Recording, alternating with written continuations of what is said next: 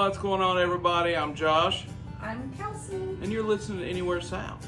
And if you're watching on YouTube, then you're watching Anywhere South. And yeah, I'm excited. This is episode 2. We did one, put 2 videos up. So if you guys want to go to our YouTube channel to watch us do this podcast, if you want to watch me flap and, what did you say last time? Flap and tap. Flap and tap.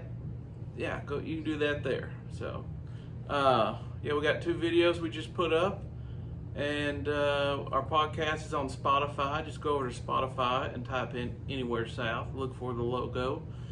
And also, if you're on Spotify and you're like, hey, I want to check out their YouTube, you tell them where they can find us on YouTube. What can they look up? You know I'm not the technical one. That's you right. Go ahead. I just stumped her. I like to test her. Just go to Anywhere South on YouTube. Look for the logo. We got a new logo, by the way. Yeah. And they did a really good job. We also got a little soundtrack to go with our videos. And I think, actually, the intro, I got to work on. There are some things I got to figure out with editing a podcast because I ain't never done that. So I was working with the intro last time. I had to take it down and redo it. But the music you hear in the little bit of the intro on the podcast, that's what I'm talking about. I would say for amateurs, we're probably doing a pretty decent job. Yeah, we are, but we're sure earning it because I'm studying things, I'm setting things up. If I had more hair, I'd probably rip it out, y'all, because it's stressful. It is testing my patience, but it's coming along. I think once we get in the groove, we get everything going, it should be easier. Yeah. And I keep looking up because I have this light right here in my face. And I'm looking at the camera to make sure I don't have a glare. And also, I'm trying to pay attention. I forget I'm on camera. So if I forget about you up there, I'm actually just doing a podcast. I'm looking at Kelsey and looking at my screen and all that. So, yeah, I do apologize. I'm not really making a video to you, but also you're watching me and I'll acknowledge it, okay? I haven't forgot about y'all up there. The people, I haven't forgot about you. Hey, Kelsey, how you doing? I'm doing good. How are you? Good. On episode 2, if you didn't hear the first episode, I encourage you to go back and listen to it because I explained who this woman is over here. That, she's mean to me sometimes, but I still love her. And I explained that we've been together a long time. I haven't been mean to you a day in my life. Yeah, to you in your life. Now, my life? Yeah, it's about every 5 minutes, y'all. Every 5 minutes. I'm sweet as pie. Don't let that sweet little Minnie Mouse voice fool you. Just a dang beast in there. So Kelsey, what are we here to talk about today? Well, there's something I wanted to talk about because we made a video last time called the Rippa Villa House. Okay, it's on YouTube. Great video. I've got a lot of good feedback from it, but I have a question that people keep asking me. Well, actually, I'm gonna say keep. I had like three people ask me.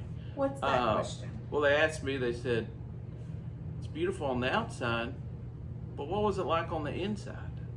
And I thought, you know what, I'll make it in the podcast. So I'll make that part of the podcast. We'll explain what it looked like on the inside, and because we couldn't record on the inside. It's just no phones, no cameras, no pictures, nothing. So, yeah, we could only do the outside. So that's why in the video I explained it, but you could only see the outside of the villa, Rippa Villa. But it was beautiful. So we're going to jump into that, and yeah. You ready? Picture it. I'm picturing it right now. Picture the Rippa Villa. I was there. Well, I'm saying for the people. Picture it. Oh, she's talking to the people. I'm talking to the people. Well, so we'll just call them the people because we call them that anytime. I don't want some weird, hello, tag-alongers. Hey, it's like... They'll just be the people. Well, the people. Yes. But the tour starts in the courtyard, and then you enter in through the back entrance where the servants originally would have been going in and out of the house. But when you go inside, there's actually not very much furniture in it because it's changed ownership. What did he say, within the last year or 2 years? Yeah, it's been like, I think the last 2 years, yeah. So now a new foundation owns it. Previously, the city had owned it, and it was set up differently. But since a new trust has taken it over, they are doing renovations on the inside of the home, and they're working on obtaining period pieces, and then also trying to track down some pieces from the family or portraits. So over time that'll be added back into the house, but right now, since they're working on so many things, it is empty, but still very beautiful. We had learned that the family had stayed in the home had stayed in the family until the 1920s. So the only time that the home was actually physically changed was in the 20s. There was a Florida room added. Well, we call it a Florida room. In Middle Tennessee, they might call it a sunroom. I called it a Florida room. They did? Okay. So they added... We call it the same thing we call it. They're only like a couple hours down the road. Well, they added the Florida room, and then they changed the grand staircase, and then they added plumbing and electric. But other than those changes, the house is pretty much in its original Well, the state. flooring, some of the flooring is new, because remember they had that mold problem, moisture. So they do, in part of the house they have newer, it's not new, it was probably 100 years old, but yeah, still 100 years old. it was old flooring, and then they obviously had changed the carpet and stuff. But what they did was they went back and put in as close to the original look as they could possibly get it. And like the carpet in there, it's that like grand, like Civil War era, red, white, and blue carpet, like fancy looking carpet. And I'm like, Puts I a would little love bounce in your step when you walk on it. Yeah. It's so thick. And I'm like, I told Kelsey, I said, I would love to have this. Like, this carpet right here would be awesome just to have it in your house or have it in a room. Because I don't know, for me, I have this vision, like one day, our next house we get, have like a big dining room. We have like fancy wallpaper and like a luxurious carpet. Make it look like it's from that era. I don't know. Just I pictured that in my head all these years. It'll probably never happen, but I'd like it to happen. It'd be fun.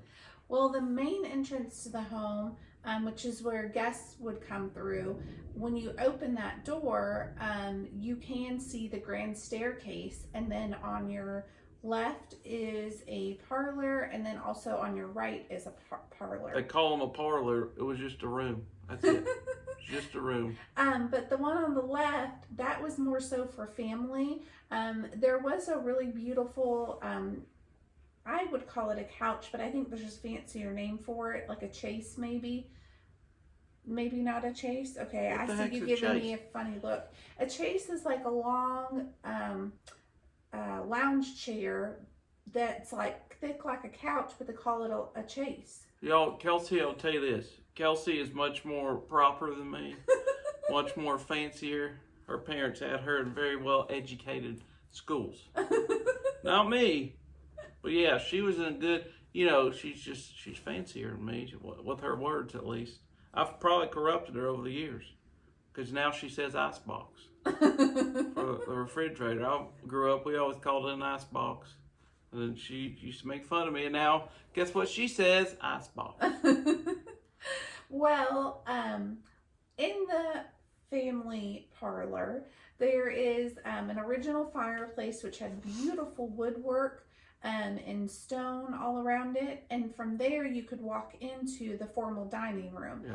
And behind the dining room, we didn't get to see it, but there are still the original doors that go to what would be the butler's pantry, and then leads out to the outdoor kitchen.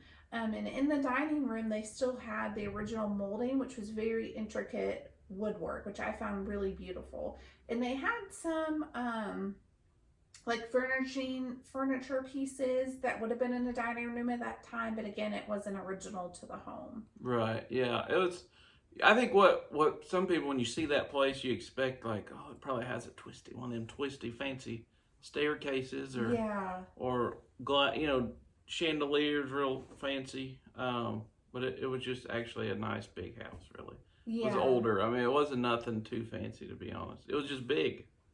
Well, I would say it was fancy because of if you really looked at the like the crown molding, and you looked at like the fireplaces, where they had pulled up some of the carpet and you got to see some of the original floor, you could really see the mastercraft. And I know we're talking about the inside of the house right now, but if you go back and watch the video when we're in the courtyard, it's beautiful because the enslaved people actually were masonries and had made bricks. And in the 1920s, when the family had sold the home, the person that bought it, he did close in a couple of the porches, so you can see the original brickwork from the late, what was that, 1850s or so, compared to the brickwork of the 1920s, which was still a beautiful craft, but what the enslaved people did was much more beautiful and artistic. So even just seeing the original like structure and pieces of the home, like the foundation of it, was just incredible, even though it wasn't, you know, furnished top to bottom. Yeah, they had a huge basement. We heard about it. We just never saw it. They said it was too old and run down there. Well, not run down. He said it was too old and too spooky to go down there. He didn't want nothing to do with it. Well, it hadn't been touched and. Well, they haven't renovated it, but he said you can go down there. It is a dirt floor, and there is a cellar tour that you can do where you can go down there. They have a tour? Yeah, they have a tour down there. So he just never has been down there. No, he doesn't want to go down there because he gets the heebie-jeebies. That makes me want to go down there. When someone says, hey, it's kind of creepy, maybe not go down there, I'm like, okay, I kind of want to go down there now. I'll grab a Bible, put my cross on, me and Jesus walking down in that basement. I'm just curious. Well, hopefully my camera's not crooked. If it is, I apologize. I've messed with that thing 100 times, and I'm trying to get it just right. We'll get it perfect one day or close to it. Real quick, also, if you're wondering why I have a pop filter on now, well, it came with the mic set up, but a professional, an actual, real professional photographer, podcaster had told me to put this on here because sometimes these mics, you might have trouble hearing me. Make sure your volume's up when you listen to it. Sometimes the mics work great, and sometimes they the sound isn't fully there. But he said if you're in a house that has vents going, it's summertime in the South, so I'm not turning the AC off. He said to put a pop filter on there to help with, there's a certain word he used. Basically the airflow that goes through there.